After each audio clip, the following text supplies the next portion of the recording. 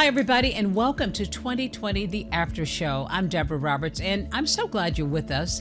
Today, we are taking, as we always do, a closer look at one of our 2020 episodes, the most recent one. And if you saw it, you remember it. And if you didn't, we're going to give you all the details right now. It's called Murder at the U, and it's the heartbreaking story of a young man who really was the epitome of the American dream. Bryan Pata was the son of a single mom from Haiti. He had 8 siblings. I know what that's like to be from a large family. In fact, it's kind of interesting. This one grabbed my eye because I'm from a family of 9 kids. Bryan was the kind of kid that many had described as kind and humble, a young man, a strong young man with a really soft heart. He was also a shining star, a football player at the University of Miami, and he appeared to be on his way to a pro career, a top-tier prospect for the 2007 NFL Draft. And just months before that could happen, his life was tragically cut short on November 7, 2006. Bryan was found shot to death next to his parked car. And of course, the big question is, who would want to take the life of this young, promising 22-year-old guy? Well, that was the question that lingered for quite a while. In the weeks and days and months afterwards, no arrest in this case, and this went on for more than a decade. The case was essentially growing cold, and then finally, a former teammate of his was arrested and charged in the murder. Finally, in February, the case went to court, and just last week, a bombshell in the courtroom. We're going to take you through all of these twists and turns. But first of all, this is a case that may have never even made it to court if it had not been for an intrepid investigative team at ESPN. So joining us now is one of those reporters, Paula Lavigne, who is host of the 30 for 30 podcast, Murder at the U. And here with me in the studio is 2020 producer Mike Schultz, who helped bring this story to 2020. So welcome to you both, Mike. Thank you. Good to have you. And Paula, good to have you here. Thank you. Mike, let me just ask you, first of all, you brought this story to 2020. You had heard about it, and you saw what I think must have been something that grabbed your attention, which was this photo of the football players right after Bryan Pata's death. All of them gathered around an image of his praying before a game. What was it about this story that caught your eye right away? So there's an image at the first home game following Bryan Pata's death where the players on the team are gathered at midfield after the game praying over a vigil of Bryan.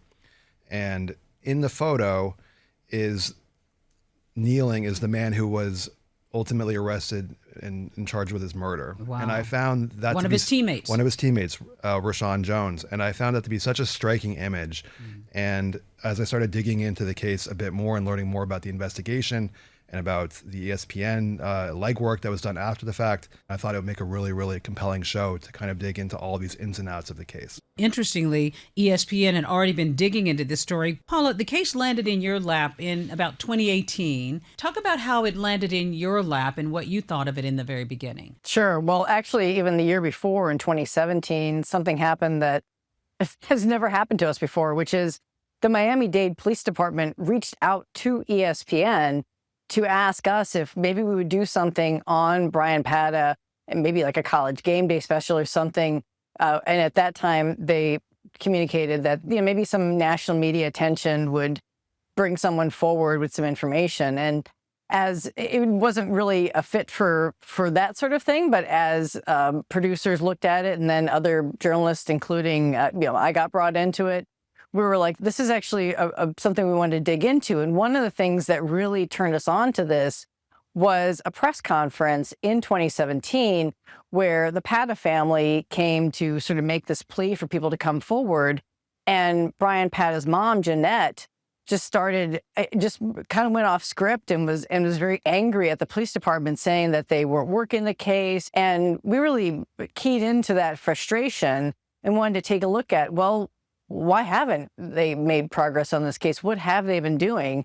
And that led us on a search for records and interviews, and it took us in a direction that we never anticipated. Expected you would be going down. And I think it's interesting that they didn't necessarily ask you to help them solve the case. They just wanted you to help shine a light on the case, thinking that would help. Well, before we get to all of those little details of what you noticed and how they wound up toward a suspect, Mike, you sat down with Bryan's siblings, at least a few of them, and they obviously were so shattered by the loss of him. But they talked about growing up in this particular area. They were Haitian.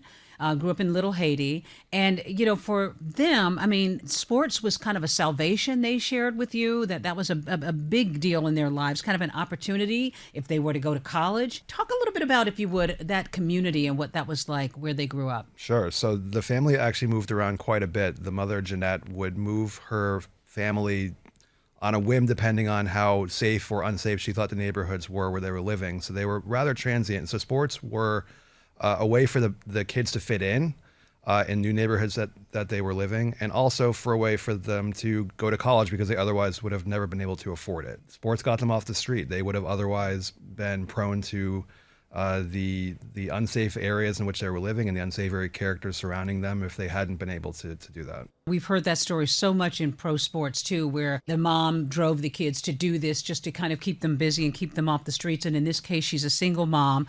When we heard them talking about the dreams, the big dreams that they had for him and his family, he had hoped to buy his mom a house. Instead, though, they wound up burying him in the suit that he had hoped to be drafted in. I mean, it had to be, just a real emotional time for you talking to them. Heartbreaking. This is probably the hardest part of the job that we do, is talking to people whose loved ones have been killed. Yeah, Paula, you had a chance to know about this family too, but also the idea that for Bryan, the University of Miami, I mean, this was a storied football team. I mean, we all had heard about it over the years, and they were known to be tough. In fact, that culture was pretty tough, right? I mean, somebody said they were kind of called the bad boys of football. So what was that culture like that he was stepping into? Oh, absolutely. I mean, at the time, in those early 2000s, coming off multiple national championships, the Miami Hurricanes were at the top of the world. I mean, they had this swagger too. That's what they were known for. They were just known for their swagger, for their sort of trash talking. I mean, and they could prove it. I mean, they had, during that time, I mean, they sent so many players to the NFL, and Bryan was looking at those teams and saying, I want to be a part of that. And he had offers other places, but there was the perfect opportunity for him. I mean, he could go to this team that was, on the top of the world, and he could stay home and be close to his mom.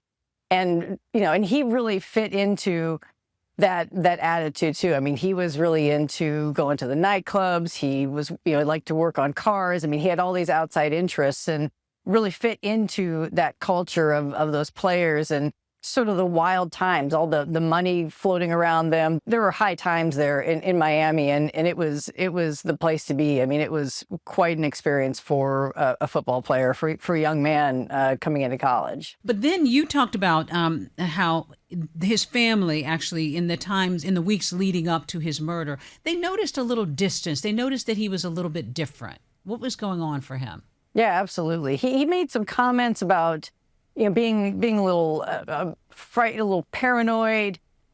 He was telling people he was, getting threats. One of the most notable things was, I mean, he had guns, and he slept in his closet with he had an AK-47. I mean, that was some of the extreme behavior that they were noticing. He covered up. He had a personalized license plate. Said Pata, and he covered it up with like black tape or just things like that. Leading in the weeks leading up to his death, people really noticed he was doing some things that really indicated that he had some suspicion or some fear that, and even nightmares, he was telling his brother about, that someone was after him. The big question is why, and we're going to take a look into that. But first we have to take a break, and when we come back, we're going to talk about the explosive twists and turns in this case, so don't go anywhere.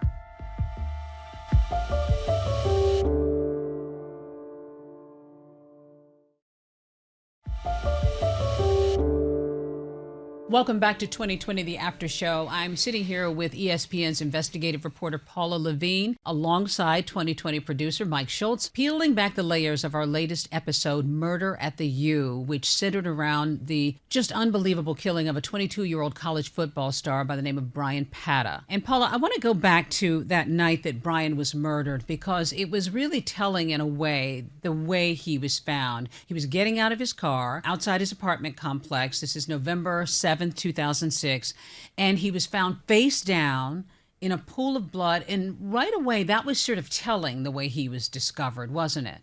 Well, I think when investigators took a look at it, they felt like the way that he was found was that it looked like he had been ambushed, there were some other things they noticed there too. That there was his wallet was still there. He had $900 in his wallet. His vehicle was still there. So it wasn't a robbery. Yeah, I thought that maybe this was a robbery. Was like, okay, that's not what happened, and it seemed they deduced pretty early on that whoever killed him wanted him, specifically Bryan Pata, dead. Yeah, they immediately thought that this was sort of execution style, that this was sort of a planned attack. So the investigation goes on, no arrest in this case, and then eventually years and it goes cold. And, ESPN gets involved, as you had said earlier. They thought you might shine a light on this case. And there had been a press conference with his mother, Jeanette, as you alluded to, pleading with the public for some help here. And I guess the big question people would ask is, why was it taking so long? I think that's still a big question. I mean, they pursued some leads, but then it just sort of stopped. And that was the big question of the family. Like, what are you doing on this case? What's happening? And they just went for a year. I think the last entry in the police report until until we got involved was like from 2009, 2010. They really stopped entering anything into evidence. I mean, it just sort of disappeared. And then police finally, as Mike said, arrest Rashaun Jones, Bryan's former teammate. But then they said that he had been a suspect, or they had suspicions about him all along. And if that's the case, then why weren't they making a case all along? Why wasn't he arrested sooner? That is a question that we would love to have an answer for. The $1 million question, yeah. Yeah, the $1 million question, because there really wasn't anything that changed from the evidence that they had back in 2007, 2008 to when they arrested him in 2021. And the detective said, it was, coming back and taking a closer look at the evidence and putting things together in a better way, doing some interviews. But, they still concede there was no smoking gun found in that time. Mm-hmm. The only thing that was different, substantially different, was that ESPN got involved and drew a lot of attention to this case and put it back into the headlines. And that did force them to take a closer look at it.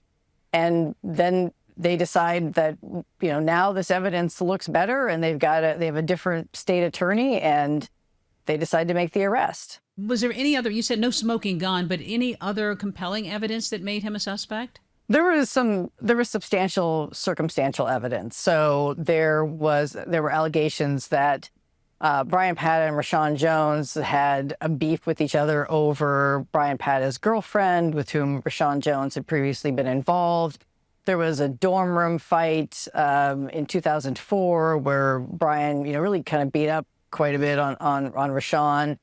And then on the day of the killing, Rashaun finds out that he's, failed a drug test and he's facing a 2-game suspension. And then he is, after Bryan's killed, there's a mandatory team meeting back at the athletic facilities, and Rashaun is the only player known to not come to that meeting. So that's part of it. But the other big piece of evidence, and I think what this state might call their strongest piece of evidence, is there's a former University of Miami writing instructor who is coming to the apartment complex right around the time Bryan is killed, and he sees someone. And he doesn't think anything of it until the next day when he hears about what happened, and he goes to police and he tells them that he had this encounter with this individual who was leaving, and gives them a description. They generate a sketch. It isn't until about 7 months later, when some of this other circumstantial evidence pointing to Rashaun, sort of gets solidified for the police, that they come to this gentleman. His name's Paul Connor, and they present him with a photo lineup. And there are 12 photos total, and he picks out the photo of Rashaun Jones and says, "That's the guy I saw leaving the apartment complex on the night of Bryan's shooting." Yeah, and that's a big moment, Mike. I see you nodding along here.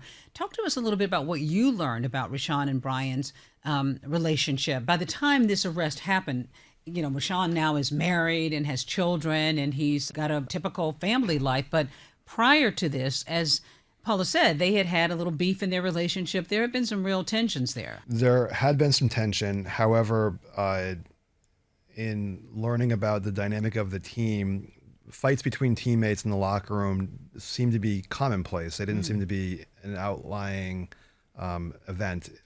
And there's a lot of testosterone. There's a lot of fighting over girls. And this seemed to be par for the course for the most part. What I also found interesting was the beef that existed between Bryan and Rashaun was almost 2 years before the murder.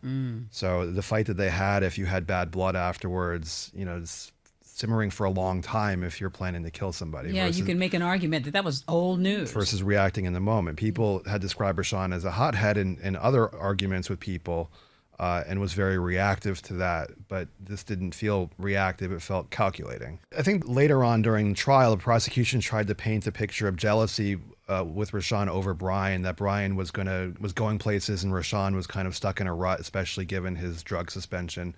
But as Rashaun's lawyers point out, they didn't even play the same position, that Rashaun was a defensive back, whereas Bryan was a defensive lineman. Yeah. So they weren't even operating in the same orbit. They weren't in direct competition. Not at all. And frankly, a lot of the teammates weren't interacting regularly with players of different positions. So they weren't, fighting for playing time. There was really no reason to be jealous in that same way. So then Jones is charged finally all those years later with this murder, and family and friends just don't believe it. They don't think he's a killer.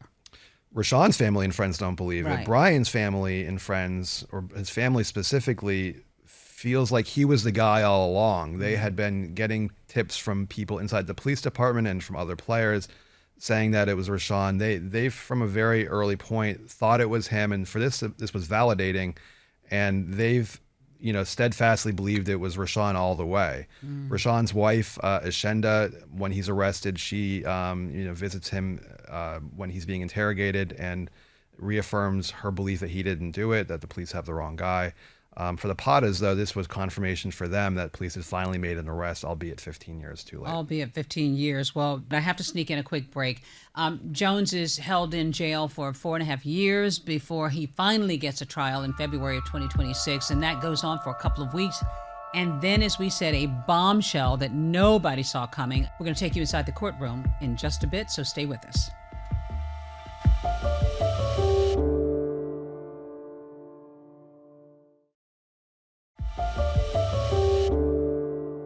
Welcome back to 2020, the After Show, and we are getting the details from ESPN investigative reporter Paula Lavigne and 2020 producer Mike Schultz, who's here with me, about our most recent episode, which centers on the murder of Bryan Pata, an all-star football player at the University of Miami with the Hurricanes, who was shot outside his apartment complex back in 2006.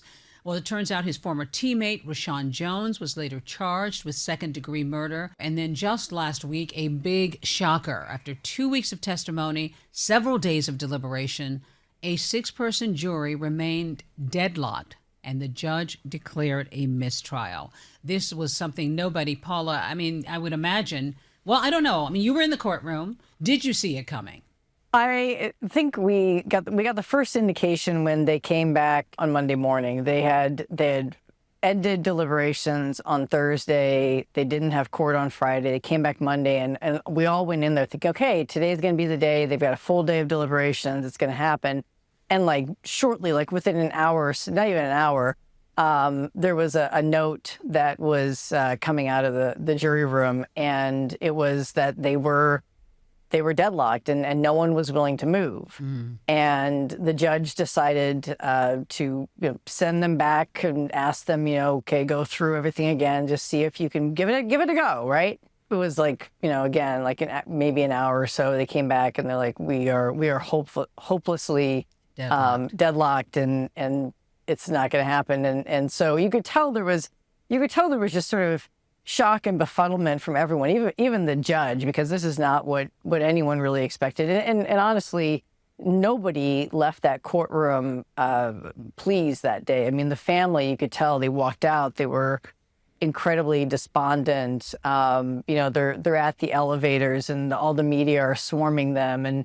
And Jeanette Pata is just saying over and over, 20 years. You just could tell just anguish. And And, inside the courtroom, still the defense and Rashaun hung out. And at one point they were all, holding hands and sort of bowing their heads and just, talking and trying to figure out what happened next. And I think the media there were also just everyone was pretty shocked. This was not an alternative that I think a lot of people considered. That they had considered. And when you talk about Jeanette, Mike, in the piece, there was this really, really almost chilling video of Jeanette running towards the scene after she discovers and she's been told that her son has been murdered. And it just really is something that just grips you. And when you think about the family and after all of these years, what does this new development, in your view, mean for the family? Well, I think that Paula's producing partner, Dan Arruda, who's been one of our wonderful partners in this,